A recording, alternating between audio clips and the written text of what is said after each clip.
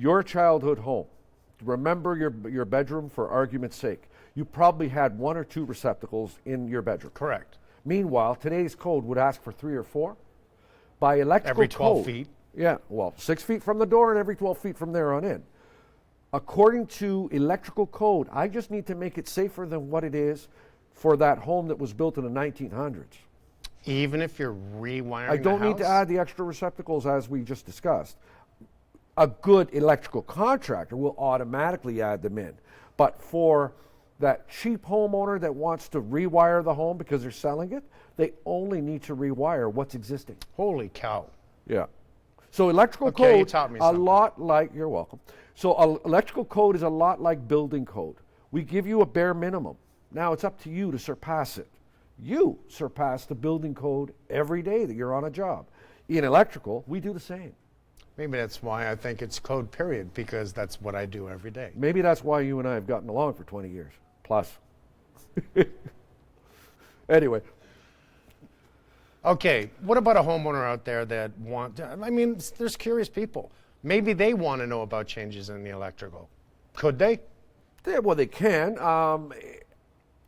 When you're taking the upgrading courses that are available through the Electrical Safety Authority and many other agencies out there that offer the training, it's not really geared in layman's terms, so I don't know. That makes sense to me, actually. Well, you got to understand that we follow an electrical code book that is about yay thick. It's written by lawyers for the blue collar. So we have a hard time keeping on top of it. So the training is actually good for us because we've got people that help us interpret that code. Again, written by lawyers for us. So it's they're big shoes for us to fill and stay on top of. So having the ESA inspectors, we're always in their ear asking for their advice on certain things. That's why sometimes you may get an electrician that's going to say, let me get back to you. I'm going to have to double check the code on that. It's a fairly thick book. Now, in residential, it's a lot easier. There's less that we need to follow. In the commercial world, the industrial world, far more.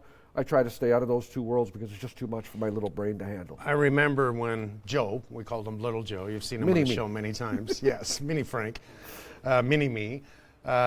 When he was going to get his license, I was so proud of him because you trained him right from the beginning. He started with Frank, worked with us for years. Yes. And what happened was that he had, much like I do, we make it right on every single home we go in. We are above code, electrical, plumbing, structure, especially structure, never mind electrical.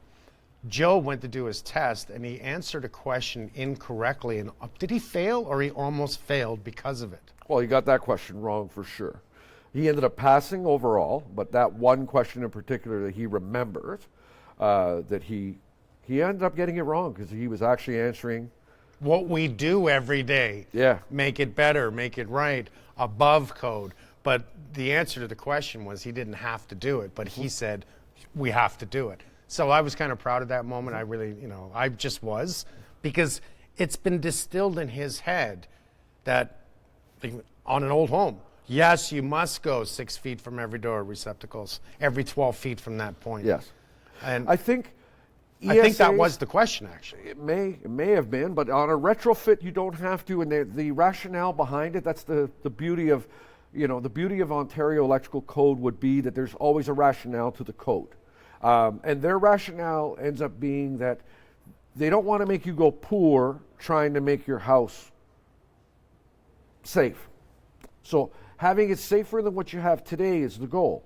And as long as they make it safer than what you've got today, then they've satisfied what what their mandate is. I don't mind that then. I really don't. That means your existing electrical to your home, the whole goal is to make sure you're safe from electrical shocks and a fire. Yes, but here's the problem. You're buying a home nowadays, you're in the Greater Toronto area, you're about to spend $100,000 whether you like it or not. Sorry. $100,000, maybe 30 years ago. $1 million. Yeah, exactly. You're going to spend $1 million nowadays to be in the Greater Toronto area. And you look at the electrical and doing it bare minimum. I say no as an electrical contractor. Very, very simple.